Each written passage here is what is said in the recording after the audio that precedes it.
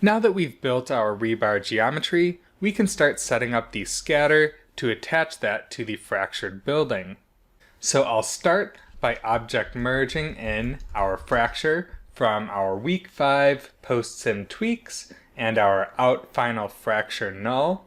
And we want to set up the scatter at the rest pose, so I'm just going to add a time shift and Control-Shift-Click to get rid of that expression and explicitly set that to 985 to freeze it at rest. And I want to handle the clumps in this geometry a little bit differently than the pieces that aren't clumped. So if we have a clustered together section shaped like this, and perhaps it's made up of a few different pieces glued together like so, then if we scatter points for the rebar on all of the inside faces, then we're going to not only get points for the rebar on the outside, but we're also going to get it on these intersections as well, where the pieces are touching. That might not necessarily be a problem, but it could look a little bit weird if you have these clumped together sections with rebar sticking randomly out of that. So I'm going to call out these contact areas for each of the clumps. Now to do that extra processing on those clumps, I'd also like to treat the static portion of the building as its own clump as well, so that the contacting parts among the static pieces are also called out. So in a point wrangle, I'll set the group to static equals 1 to just process that static section.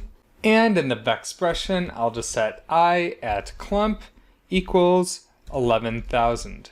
So now that we've set a clump value for that static portion, we can just use a split and then separate out all of the pieces with a clump value greater than 0. And for that split to work, we'll have to set this to points.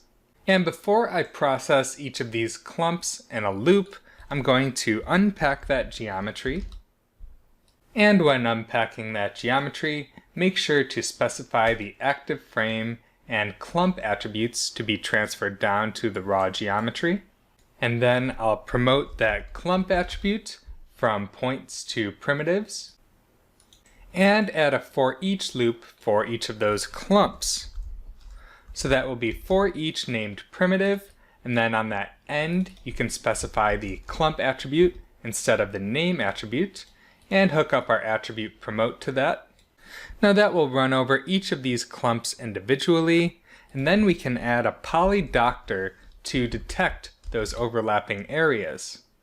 Now on this poly doctor, I'll set the group to at inside equals 1 so that we are only processing the inside faces.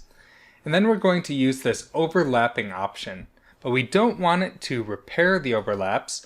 We're going to set it to ignore. Now on this poly doctor, we'll set the group to at inside equals 1. So this only processes the inside faces.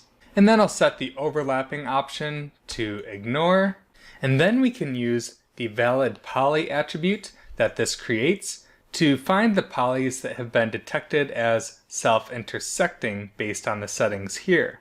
So I'll drop in a blast node and hook that up to the poly doctor. And in the group, I'll set valid poly equals 1 and then display that.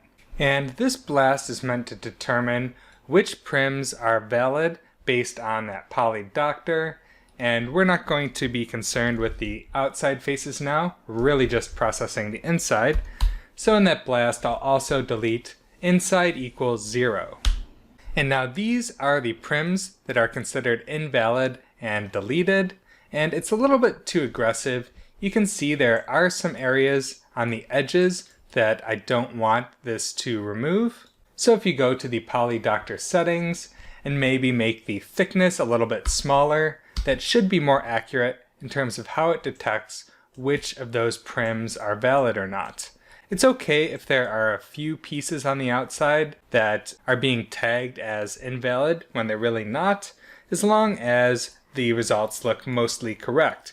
And this is what we should expect to see. These overlapping areas within that cluster are being correctly tagged.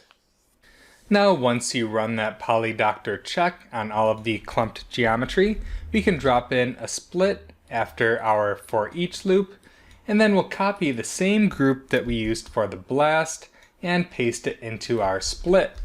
I'll call that split non-overlapping. Now if you compare the two outputs of that split, you can see that the second output is removing all of these overlapping areas that we don't want to scatter rebar onto, and it's leaving us with all of the outside faces and the non-overlapping inside areas. Now let's delete the attributes that we don't need anymore that are left over from that polydoctor process. So connect the non-overlapping part to an attribute delete. Then select modified point and valid point from the point attributes, and valid poly and repaired poly from the primitive attributes. So if we compare the attributes here, you can see we have 3.6 prims and 2 on the vertices. So I'll compare just before the loop. And there we also have 3 point attributes, 6 prim, and 2 on the vertices. So it looks like we've cleaned up everything that we don't need, or at least everything that we've generated from that polydoctor. And now we also need to do a little bit of processing on the pieces that aren't part of a clump. So I'll drop in a null and call this non-clumped. And for all of these non-clumped pieces, we'll still want to scatter some rebar on them, but we don't need to scatter rebar on the tiny pieces. We only want to scatter it on the larger ones. So I'll use my measure fracture HDA, and we can turn off this bounding box size calculation because we already have a bounding box size attribute on there. So we'll hook that up to our null and turn on our size filter, and I'll try a size threshold of 0.3. Now it's a bit hard to see here, so I'll drop in a packed edit and set the display as to full geometry. And then we can check an exploded view for those pieces, and these are the pieces that are too small and that we don't want to attach any rebar to. And actually, before we tweak the size threshold for this rebar scatter, we should also remove the window frames. We don't want to have any rebar points scattered on there. So I'm going to go up to where we first froze our fracture at that rest frame, and I'll add in a blast. I'll call it remove window frames and set the group equal to name equals star window star. And for that to work, we'll have to flip this to points because name is a point attribute there. And now if we go back to our measure fracture here, you can see those window frames are removed, and the window frames will also be removed from our evaluation for the clump portion.